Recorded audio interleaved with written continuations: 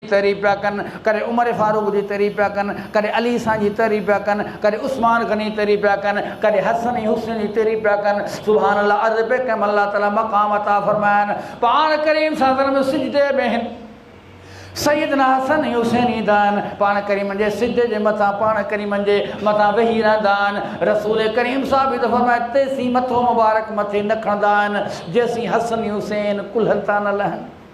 पुछो या रसूल भला एॾो डिघो सिधो पाण करीम वाले इन करे जो मथां मुंहिंजे गुलनि खे, हिन मुंहिंजे मासूमनि खे मथां का तकलीफ़ हुजे, मुंहिंजे उथण जे करे मथां ही किरी पन, ही मुंहिंजे पुठनि जे मथां सुवार हुआ, तेसीं पाण करीम सिजदे खे वधाए छॾियो। जॾहिं हलनि पिया पाण फरमाए त ही मुंहिंजा ही गुल अथव, ही मुंहिंजा गुल अथव, हुसैन मिनी वञा मिन हुसैन मुमा ऐं हुसैन। ज़ाहिरा त ॾुठो नाने जो नानो ॾुठे जो, अहिड़े नमूने सां पाण फरमाए त ही मुंहिंजो हसन जेको मुंहिंजो पुटु आहे, मुंहिंजो ॾुठो आहे, मुंहिंजे चहिरे जे मुशाबिह आहे। साहब फरमाईंदा पाण करीम सत्संगनि खां बाद में असां सैदना हसन खे ॻोल्हे लहंदा हुआसीं, इन करे त सिक सां लाहियूं, छो जो रसूल करीम जे चहिरे जे मुआफ़िक़ बाक़ाइदगी सां ईअं महसूसु थींदो हो त पाण करीम सत्संग जे चहिरे मुबारक जेको आहे सो हज़रत हसन वांगुरु हूंदो। पाण करीम जो ॾुठो हो, काफ़ी अहिड़ा ॾोटाणा पंहिंजे नाने जे चहिरे मुआफ़िक़ हूंदा आहिनि। ॿियो पाण करीमनि सां चहिरो लॻंदो हो हज़रत जैफर तैयार जो, जेको हज़रत अली इब्न अबी तालिब जो वॾो भाउ हो, जेको जंग मोता में शहीद थी वियो। हज़रत जैफर बिन अबी तालिब, जेके जैफर तैयार सॾिबो आहे, छो जो झंडे खे अलम जेको इस्लाम जो हिन पकड़ियो जंग मोता में, उनखे धकु लॻो, हिकु तलवार सां धकयूं त हिकिड़ो हथु कटिजी वियो, वरी ॿिए सां रुकियो त ॿिए खे धकयूं त ॿियो हथु कटिजी वियो। हज़रत जैफर तैयार पंहिंजे जेको आहे सो पोइ छा कजो, कटिल हथनि ऐं कटिल ॿाहुनि सां बि उन इस्लाम जे झंडे खे किरण कोरनो आहे, पंहिंजे में शहीद थी वियो। रसूल करीम फरमायो घर वारनि खे तव्हां रो न, जाफ़र लाइ रो न। अली घर वारनि खे चए दाहूं न कयो, ऐं जाफ़र खे ॾिसां पियो मलाइकनि सां गॾु, अलाह ताला हुनखे ॿ पर ॾिना आहिनि, हथ ॾिना आहिनि, मलाइकनि सां गॾु जन्नत में उॾामे पियो ऐं सियाह पियो करे, सफ़र पियो करे। जाफ़र त जन्नत में दाख़िल थी वियो आहे, मूं मुहम्मद खे अलाह ॾेखारे पियो जाफ़र सां केरु आहे। जाफ़र तयार नबी करीम जे अहल पैदा। अल्लाह अकबर फरमायो साहबनि त हज़रत जाफ़र खे ॾिसंदासीं त नबी करीम सां सम्झे हू बहू चहिरे जहिड़ो जाफ़र जो, छाजे करे पाण में रिश्ते में सोट हा। हज़रत अली सां जो वॾो भाउ हो, नबी करीम जो सोट हो, पाण में जहिरो निमंदो हो। हीउ ॾिसो सहाबा इकराम जा तव्हां तारीख़ ॾिसो, अहल जी तारीख़ ॾिसो, हिन में को जंग जिदाल को फितनो फसाद हो ई कोन, मामूली रंजिशूं आहिनि। अल्लाह रज़ी अल्लाह रज़ूअन पाण करीमनि खां पुछियो अल्लाह जा नबी भला जन्नत में जन्नती दाख़िल थींदा, पोइ उन्हनि जो जेके दुनिया में थोरियूं घणियूं रज़िशूं हुयूं, थोरियूं घणियूं कावड़ हुयूं, पाण करीम जन्नत में हुननि खे सभु कावड़ूं सभु रज़िशूं ख़तमु थी वेंदियूं, हू पाण में उते भाइर ऐं मुहबत थी करे रहंदा, उते को ज़हन में ॻाल्हि कोन थी असांजो पाण में को इख़्तिलाफ़ हो। त यादि रखो त साहबा इकराम जो शाम अल्लाह ताला केॾो बयानु फरमायो। अर्ज़ु पियो रखां अबू बकर जे बारे में को ज़बान दराज़ी न करे, न ई कंहिंखे इजाज़त आहे। अल्लाह अकबर। वरी अचो उमर फारूक जे लाइ, सुभान अल्लाह, उमर फारूक रज़ी अल्लाह ताला जो शान अल्लाह ताला केॾो बयानु फरमायो। रिश्तेदारी में अबू बकर सिद्दीक़ नबी जो सहुरो आहे, अम्मा आशा सिद्दीक़ा नबी जे घर में आहे। पाण करे जिबरील आयो मूंखे ॿ दफ़ा अची मूंखे चई, पैगाम खणी आयो, ऐं पाण करे रेशम जो कपिड़ो हो। अल्लाह अकबर, उनमें तस्वीर महसूस पई थी, मौला पैगाम खणे अल्लाह जे तरफ़ां। इहो छा हो त अम्मा आशा सां रिश्तेदारी जो अल्लाह जे तरफ़ां अमर हो। अबू बकर सिद्दीक़ नबी करीम खे पंहिंजी न्याणी बीबी आशा सिद्दीक़ा रज़ी अल्लाह ताला अन्हा ताहिरा मुतहरा रिश्ते में निया, पाण करीमनि जी घरवारी आहे, मोमिननि जी माउ आहे। अबू बकर नबी जो सहरो आहे। पाण खे सहरो केॾो मिठो हूंदो आहे। रसूल पाण करीम फरमायो त सहरो बराबरि पीउ जे अथव, पीउ जो अदब था कयो त सहरे जो बि अदब कयो। मूंखे ॿुधायो त नबीअ खे अल्लाह ताला सहरो बहितरीनु ॾींदो या न, त ही नबी करीम जे लाइ जेके रिश्ता थिया पई थिए आसमान ते पिया थिया। अबू बकर सिद्दीक़ नबी जो सहरो आहे, बीबी आशा रज़ी अल्लाह ताला अन्हा नबी जी घरवारी आहे। वरी उमर फारूक नबी जो सहरो आहे, बीबी हफ्सा नबी जी घरवारी आहे। अबू बकर बि नबी जो सहरो, उमर बि नबी जो सहरो, सुभान अल्लाह। वरी अली उल मुर्तज़ा नबी जो न्याणो, रिश्तेदार ॾिसो वरी अली उल मुर्तदा नबी जो न्याणो अम्मा फातिमा ज़हरा ख़ातून जन्नत नबी करीम जी न्याणी फातिमा सैदना अली उल मुर्तदा रज़ी अल्लाह ताला अन्हु जी घरवारी आहे बीबी सगोरी। वरी हज़रत उस्मान के नबी करीम यकी बदी करे ॿ न्याणियूं रिश्ते में ॾिनियूं। पहिरीं बीबी रुकैया जॾहिं वफ़ात करे वई त खेसि बीबी उम्मे कुलसूम जो रिश्तो ॾिनो आहे। उहे चार ई भेनरूं आहिनि बीबी खदीजतुल कुबरा जे बतन मां आहिनि। बीबी खदीजतुल कुबरा खे चार न्याणियूं। पहिरीं बीबी ज़ैनब जेका हज़रत अब्बास के रिश्ते में नबी करीम ॾिनी आहे। उन खां बाद में ॿी न्याणी आहे नबी करीम जी बीबी रुकैया जेका हज़रत उस्मान गनी जे रिश्ते में आहे। वरी जंगे बदर जे टाइम ते बीबी सगोरी वफ़ात करे वई आहे। नबी करीम बदर तां मोटिया अचनि पिया पुछा कयूं उस्मान किथे आहे? ॾिसो उस्मान कब्रिस्तान में आहे। तव्हांजी न्याणी दुनिया मां रिहलत फरमाए वई आहे। पाण करे सभु अचनि था क़बर मुबारक ते वेहनि था।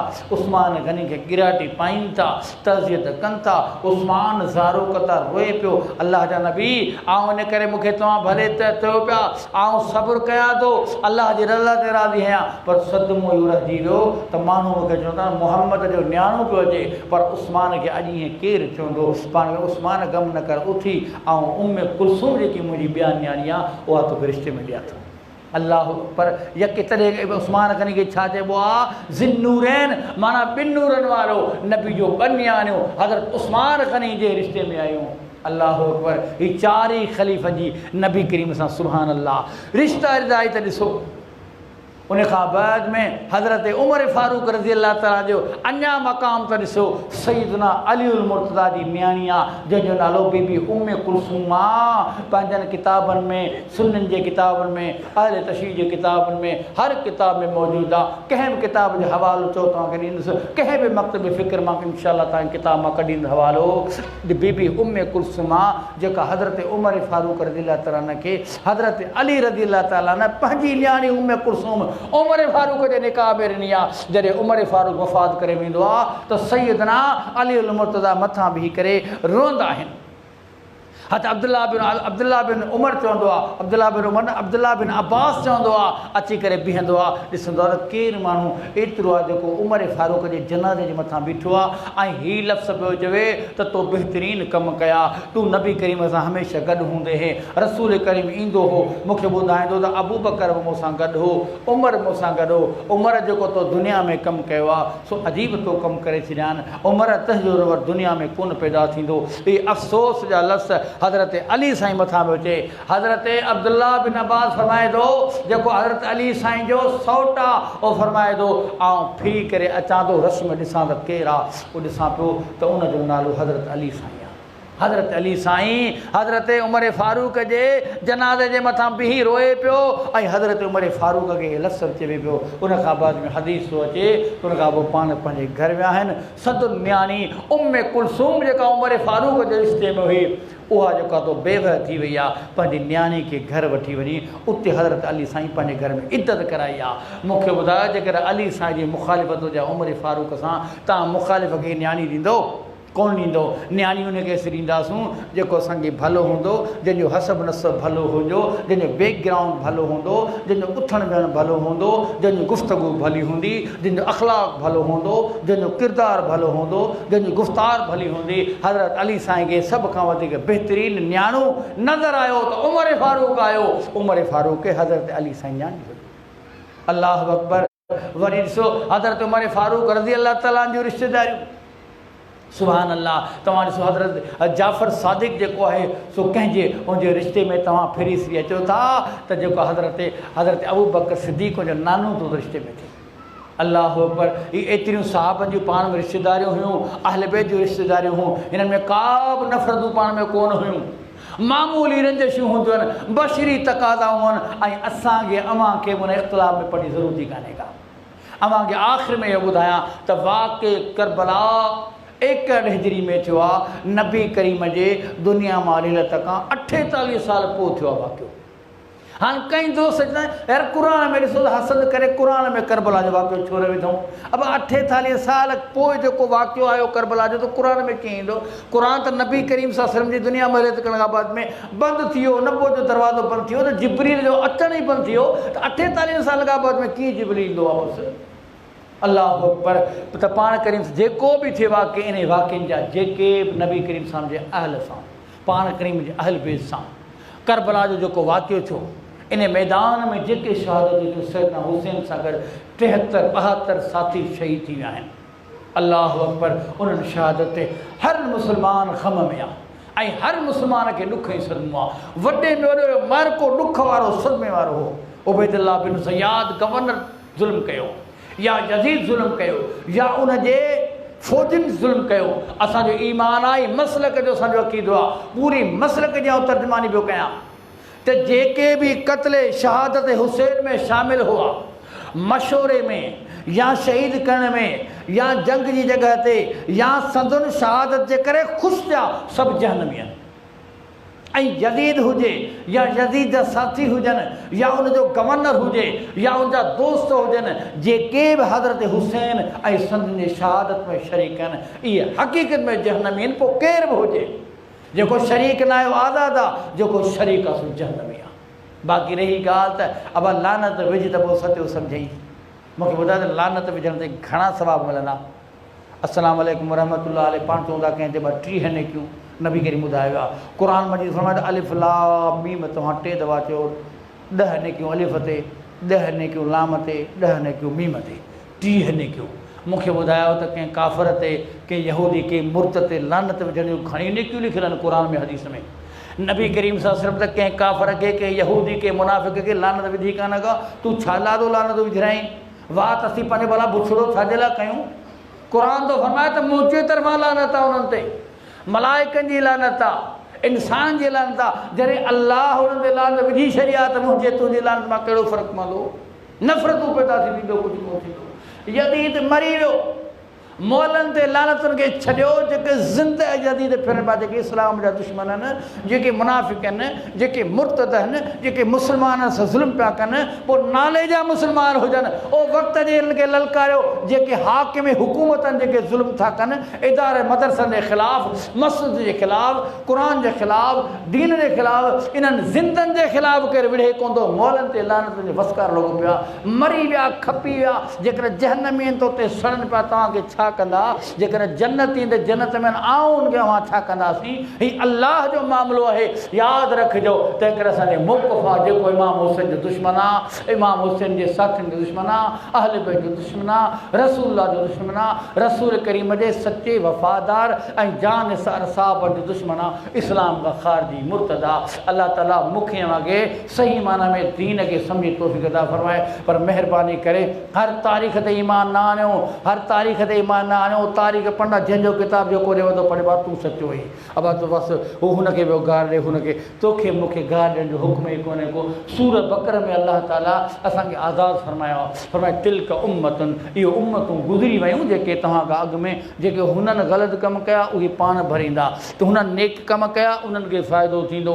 तव्हां खां उहो पुछा थींदो जेके तव्हीं पाण कमु कंदो। क़बर मां असांखे सुवालु कोन थींदो, छो त जेका 1300 साल 1400 साल पहिरीं मामिलो थियो, असांखे उनजी ख़बर ई कान्हे। अल्लाह असां तोखे छा ॿुधायूं? अल्लाह पुछंदो ई कोन को, मलाइक पुछंदा ई कोन को। बाक़ी रही आहे ॻाल्हि त पंहिंजी ज़िबान दराज़ी जे बारे में तव्हां खां पुछा थींदी त साहबनि जे ख़िलाफ़ु तो ज़िबान ॻाल्हाई, तो घटि वधि ॻाल्हायो, तोखे कंहिं इजाज़त ॾिनी हुई? अहल बैत जे ख़िलाफ़ु तो घटि वधि ॻाल्हायो, तोखे कंहिं इजाज़त ॾिनी हुई?